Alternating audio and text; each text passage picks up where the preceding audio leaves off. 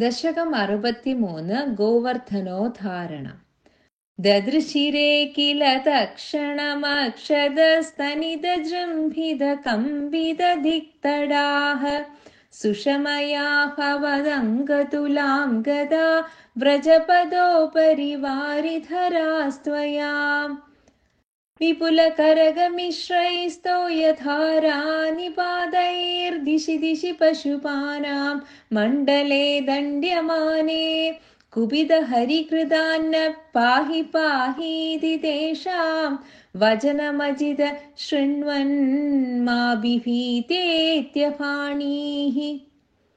कुलैः खलु गोत्रो दैवतं गोत्रशत्रोर्विहतिमिह सरुन्ध्यात् को नु वः संशयोऽस्मिन् इति सहसितवादी देव गोवर्धनाद्रिं त्वरितमुदमुमूलो मूलतो बालदोर्भ्यां सर्वत्र गोविन्दनाम संकीर्तनं गोविन्द गोविन्द।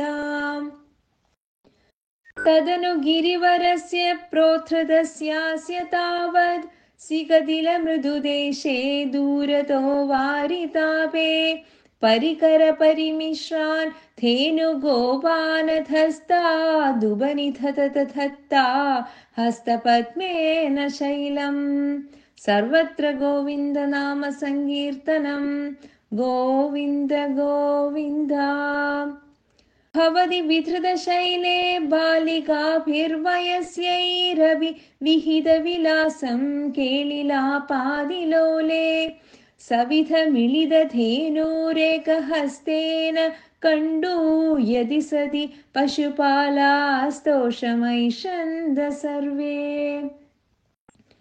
अधिमहान् गिरिरेष तु वामगे करसरोरुहितं धरते चिरम् किमिदमद्भुतमद्रिबलन्विति त्वदवलोकिभिराकथिगोपकैः अहधार्ष्ठ्यममुष्यवडोर्गिरिं व्यथितबाहुरसावरोपयेद इति हरिस्त्वयि बद्धविगर्हणो दिवससप्तगमुग्रमवर्षयत् अचलति त्वयि देव पदात् पदं गलित सर्वजले च घनोत्करे अपहृते मरुदां पदीस्त्वदभिशङ्कितधी समुपाद्रवद शममुपेयुषि वर्षभरे तदा पशुपथेनुकुले च विनिर्गते भुवि विभो